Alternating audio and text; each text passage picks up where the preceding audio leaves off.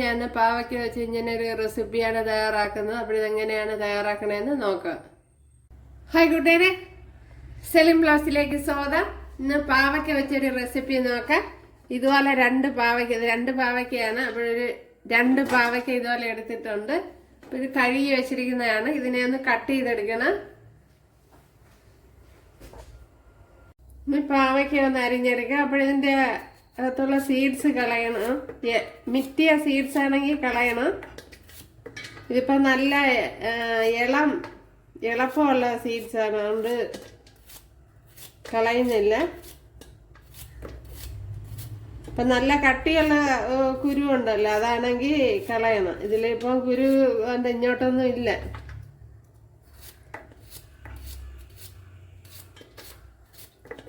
അപ്പോഴിതുപോലെ എല്ലാം അരിഞ്ഞെടുക്കണം.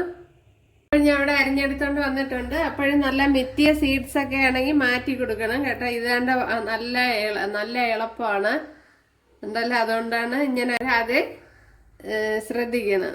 ഇത് നല്ല എളുപ്പമുള്ള കുരുവായതുകൊണ്ടാണ് ഇങ്ങനെ വെച്ചിരിക്കുന്നത്. അപ്പോഴും മെറ്റിയ കുരുവാണെങ്കിൽ മാറ്റി കളയണം. ഇവിടെ ഒരു 2 ടേബിൾ സ്പൂൺ വെളിച്ചെണ്ണ ഒഴിച്ചു കൊടുത്തിട്ടുണ്ട്. അതിലേക്ക് കടുക് ഇട്ട് കൊടുത്തിട്ടുണ്ട്.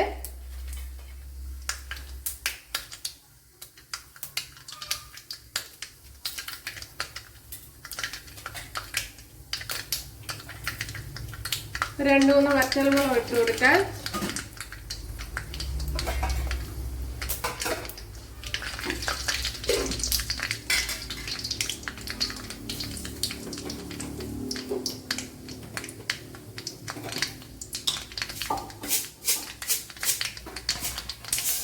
ഒരു ശകലം ഒരു 1/4 ടീസ്പൂൺ ഉലുവ ഇട്ട് കൊടുക്കുക.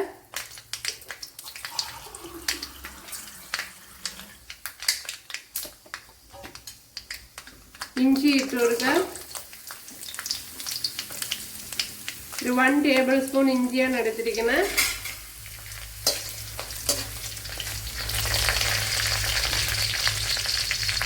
ഒരു 10 വെളുത്തുള്ളി ഇട്ട് കൊടുക്കുക.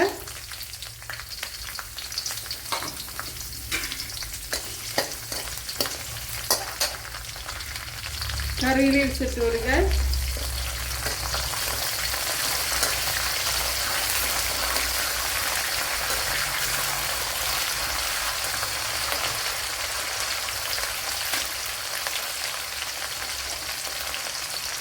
ഇതിലേക്ക് ഒരു 10 കുഞ്ഞുള്ളി ഇട്ട് കൊടുക്കുക. 10-15 കൊച്ചുള്ളി ഇട്ട് കൊടുക്കുക.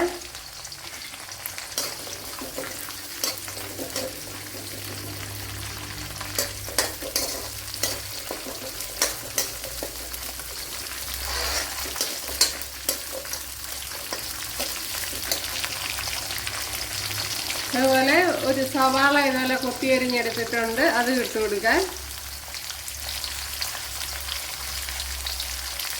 പിന്നെ കൊച്ചുള്ളി താല്പര്യമില്ലെങ്കിൽ ഇട്ട് കൊടുക്കണ്ട, ഇട്ട് കൊടുത്തില്ലെങ്കിലും കുഴപ്പമൊന്നുമില്ല. കൊച്ചുള്ളിയും കൂടെ ഇട്ട് കൊടുക്കുമ്പോൾ ഒരു പ്രത്യേക ടേസ്റ്റ് ആയിരിക്കും. ഇനി സവാളയും കൊച്ചുള്ളിയും നല്ലപോലെ വഴണ്ട് വരണം. ഒരു 4-5 പച്ചമുളക് ഇട്ട് കൊടുക്കുക. എരിവില്ലാത്ത പച്ചമുളകാണ്.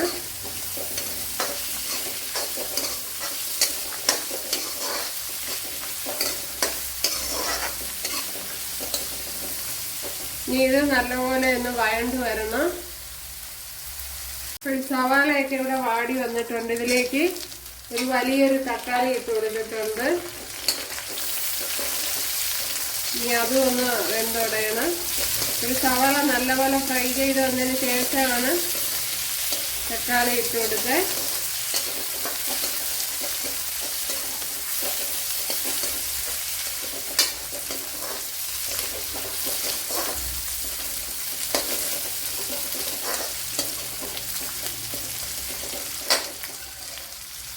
ഇനി ഇതിലേക്ക് മഞ്ഞൾപ്പൊടി ഇട്ട് കൊടുക്കുക. ഒരു 1/2 ടീസ്പൂൺ മഞ്ഞൾപ്പൊടി ഇട്ട് കൊടുത്തിട്ടുണ്ട്.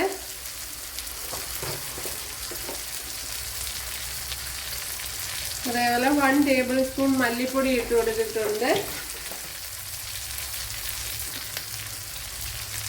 ഇനി 1 ടേബിൾ സ്പൂൺ മുളക് പൊടി ഇട്ട് കൊടുത്തിട്ടുണ്ട്. ഇത് എരിവില്ലാത്ത മുളകാണ്.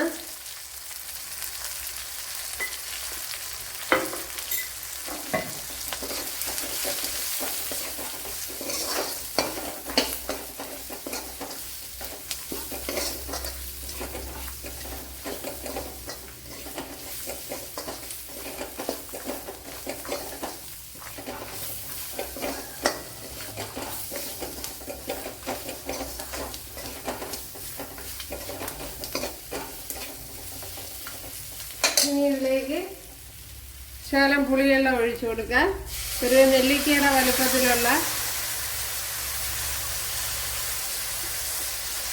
നെല്ലിക്കയുടെ വലുപ്പത്തിലുള്ള പുളിയാണ് എടുത്തിരുന്നത്.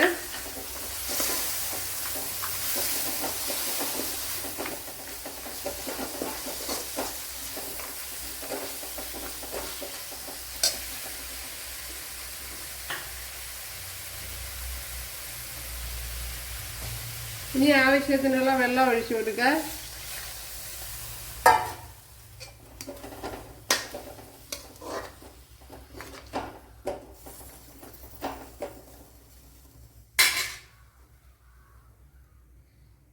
അതുപോലെ ഇതുവരെ ഉപ്പിട്ടില്ല, ഉപ്പിട്ട് കൊടുക്കുക.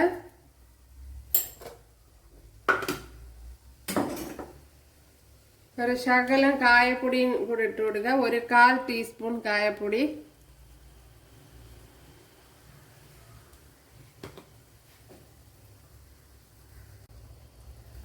കൂടെ അതെല്ലാം തിളച്ച് വന്നിട്ടുണ്ട്. അതിലേക്ക് ഇനി പാവയ്ക്ക ഇട്ട് കൊടുക്കുക, കട്ട് ചെയ്ത് വെച്ച്.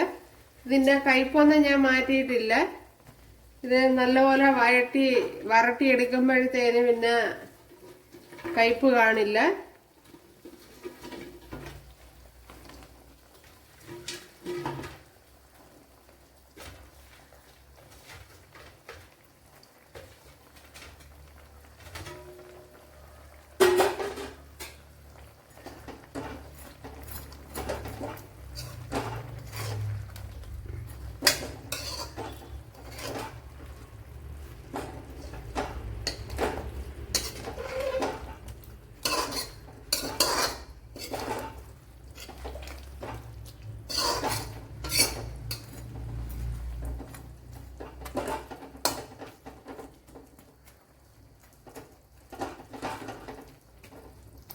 ഇനി ഇതൊന്ന് അടച്ചു കൊടുക്കുക. ലോ ഫ്ലെയിമിലൊന്ന് അടച്ചു കൊടുക്കുക.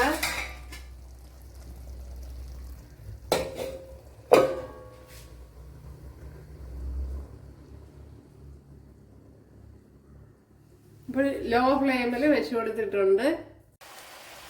വെള്ളമൊക്കെ വറ്റി പാവയ്ക്കൊക്കെ നല്ലതുപോലെ വെന്ത് വന്നിട്ടുണ്ട്. ഇനി ഇതുപോലെ നല്ലവണ്ണം ആ വെള്ളാംശം എല്ലാം വഴറ്റി എടുക്കണം. അപ്പോഴ് കയ്പ് കാണൂല. ഇതുപോലെ എടുത്ത് നല്ലതുപോലെ വഴറ്റി എടുക്കണം.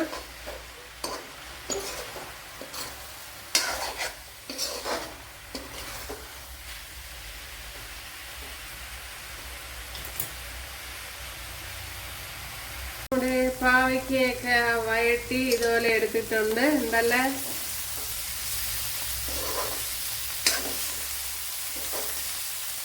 അപ്പോൾ നല്ലപോലെ വെള്ളാംശമൊക്കെ വറ്റിച്ച് എടുക്കണം അല്ലേ. അപ്പോഴെല്ലാവരും ചെയ്ത് നോക്കുക. ഇഷ്ടമായാൽ സബ്സ്ക്രൈബ് ചെയ്യുക, എനിക്കൊരു സപ്പോർട്ടാകും. അപ്പോൾ അടുത്തൊരു വീഡിയോ ആയിട്ട് കാണാമെന്ന് പറഞ്ഞുകൊണ്ട് എല്ലാവർക്കും താങ്ക്സ്.